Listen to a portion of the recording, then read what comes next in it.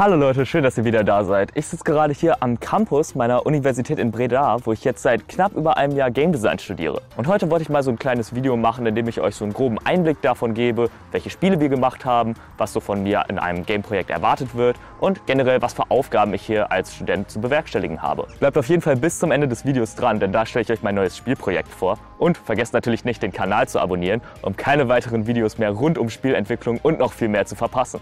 Ich wollte mal damit anfangen, so ein bisschen darauf einzugehen, was so überhaupt meine Aufgabe als Game Designer und Game Developer ist. Denn viele Leute, wenn ich sie damit konfrontiere, haben so ein bisschen eine falsche Vorstellung davon, was ich eigentlich als Game Designer mache. Oftmals bekomme ich irgendwie als Kompliment, wenn ich mein Spielprojekt zeige, boah, das ist irgendwie voll die coole Grafik und die Characters sehen auch alle super aus oder du hast eine super Story geschrieben.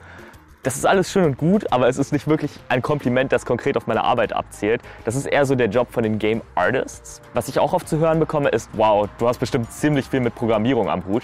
Und ja, das ist auf jeden Fall Teil meiner Arbeit, aber es steht auf keinen Fall im Fokus. Das ist eher der Job von den Game Programmern. Für mein Spiel Astrohunt vom letzten Jahr habe ich beispielsweise gar nichts programmiert.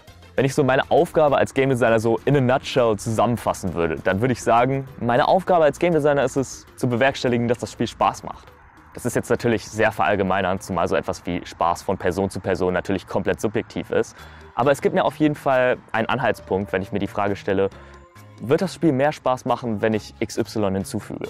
Jetzt kann ich natürlich nicht dafür garantieren, dass jemandem ein Spiel wirklich Spaß macht, aber was ich tun kann, ist Regeln zu kreieren, um einen Kontext zu schaffen, innerhalb dessen der Spieler ein bestimmtes Ziel erreichen soll. Auf seinem Weg, dieses Ziel zu erreichen, stelle ich ihm bestimmte Hindernisse in den Weg, die er versuchen soll, mit Fähigkeiten, die er sich im Verlauf des Spiels aneignet, zu überwinden. Indem ich jetzt versuche, den Schwierigkeitsgrad des Hindernisüberwältigens so auszubalancieren, dass der Spieler weder zu gelangweilt noch zu eingeschüchtert vom Schwierigkeitsgrad ist, versuche ich Spaß zu erzeugen. Das ist jetzt so meine Aufgabe wirklich komplett in a nutshell, aber ich hoffe, es hat dem einen oder anderen so ein bisschen deutlicher gemacht, was so meine grobe Aufgabe hier im Game Design Studium ist. Ich wollte euch einmal eine grobe Vorstellung davon geben, wie das Studium hier am BUAS aufgebaut ist. Man kann sich entscheiden, ob man 3 oder 4 Jahre studieren möchte. Die meisten Studenten, mir persönlich eingeschlossen, entscheiden sich für 4 Jahre. Im ersten Jahr werden einem natürlich erstmal Grundlagen ermittelt. Da ich jetzt gerade mein zweites Jahr beginne, kann ich dazu ein bisschen mehr sagen. Bei uns ist ein Jahr in insgesamt 4 Blocks unterteilt. Das ist ein bisschen anders als in Deutschland, wo das Jahr in 2 Semester unterteilt wird. Und jeder dieser Blocks zielt konkret darauf ab, einem eine bestimmte Fähigkeit zu vermitteln.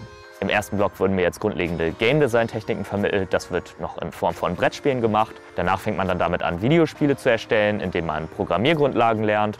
Bei uns wird hauptsächlich an der Uni in Unreal Engine gearbeitet. Der dritte Block hat dann bei uns darauf abgezielt, Projektmanagement zu unterrichten und wie man seine Arbeitswoche am effektivsten strukturiert. Und letzten Endes ist es natürlich wichtig in der Spieleindustrie, dass man teamfähig ist und mit vielen unterschiedlichen Leuten zusammen arbeiten kann. Deswegen ist deine Kommunikationsfähigkeit natürlich auch sehr wichtig. Und das wird im letzten Block getestet, wo du zusammen mit Programmern und Artists ein großes Spiel entwirfst.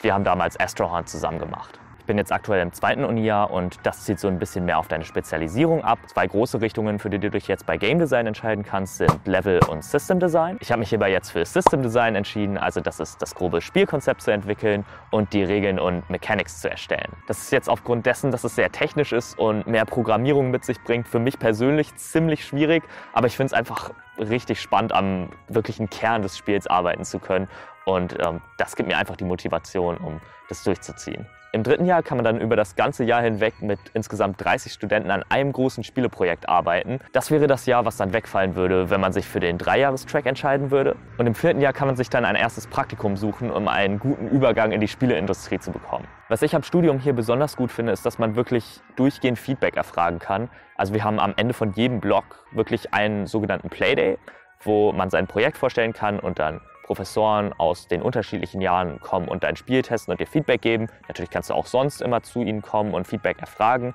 Und was ganz besonders ist, am Ende von jedem Jahr haben wir wirklich immer einen konkreten Industrietag, wo ausgebildete Game Designer aus der Industrie zu uns kommen und uns Feedback zu unseren Games geben und sie spielen. Und das ist natürlich perfekt, um eventuell einen Praktikumsplatz oder später vielleicht sogar mal einen Beruf zu ergattern. Auch wenn mir das Studium jetzt persönlich ungemein Spaß macht, so gibt es auf jeden Fall immer ein paar Sachen, die einem doch deutlich schwerer fallen. Und für mich ist es auf jeden Fall das Programmieren oder generell das komplette Technische, was nun mal eben mit Game Design einhergeht. Ich bin jetzt persönlich jemand, der mit Technik eigentlich, bevor er hier hingekommen ist, nie wirklich viel am Hut gehabt hat. Und das ist jetzt für mich gerade etwas, in das ich mich wirklich hineinarbeiten muss. Was auch sehr tricky sein kann, ist, den Umfang des Spiels realistisch zu halten. Gerade wenn du mit vielen anderen Leuten arbeitest, deren Fähigkeiten du nicht unbedingt kennst. Das passiert schnell mal, dass man sich ein sehr umfangreiches Konzept erdenkt, nur um dann in der Implementationsphase zu bemerken, oh, verdammt, das schaffen wir jetzt mit der Zeit, die uns zur Verfügung steht, überhaupt gar nicht. Astronaut hat zum Beispiel sehr darunter gelitten, dass wir einen viel zu großen Umfang hatten. Deswegen würde ich vorschlagen, lieber etwas kleiner halten und dann hat man am Ende noch mal ein bisschen mehr Zeit,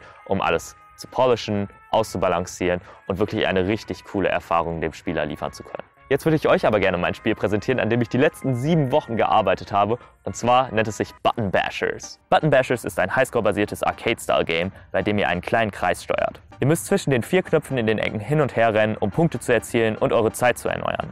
Passt allerdings auf, denn ihr könnt von Gegnern getroffen werden, die immer schneller werden und euch mit einem Hit ein Game Over einbringen. Benutzt eure Mine-Waffe, um die Diamanten einzufrieren und ihre Geschwindigkeit zu reduzieren.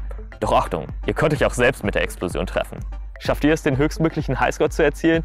Mein Rekord liegt bei 268. Das Spiel könnt ihr euch komplett kostenlos auf itch.io herunterladen. Link dazu findet ihr in der Videobeschreibung. Einfach draufklicken, File extrahieren und spielen und Spaß haben. Ich bin echt gespannt darauf zu sehen, wer von euch es schafft, meinen Rekord zu knacken. Das war auf jeden Fall von mir ein kleiner Einblick in mein Game Design Studium hier am BUAS in Breda. Ich hoffe, es war interessant für euch. Wenn schon, dann gebt dem Video auf jeden Fall ein Like. Und vergesst natürlich auch nicht, den Kanal zu abonnieren, um keine weiteren Videos mehr rund um Spielentwicklung und noch mehr zu verpassen. Falls ihr natürlich noch weitere Fragen zum Game Design Studium haben solltet, keine Scheu, einfach unten in den Kommentaren einen Kommentar hinterlassen und sobald ich sehe, werde ich darauf antworten. Wir sehen uns dann im nächsten Video. Freue mich auf jeden Fall unglaublich darauf, wieder von euch zu hören, was ihr so zu berichten habt. Und ja, macht's gut. Ciao.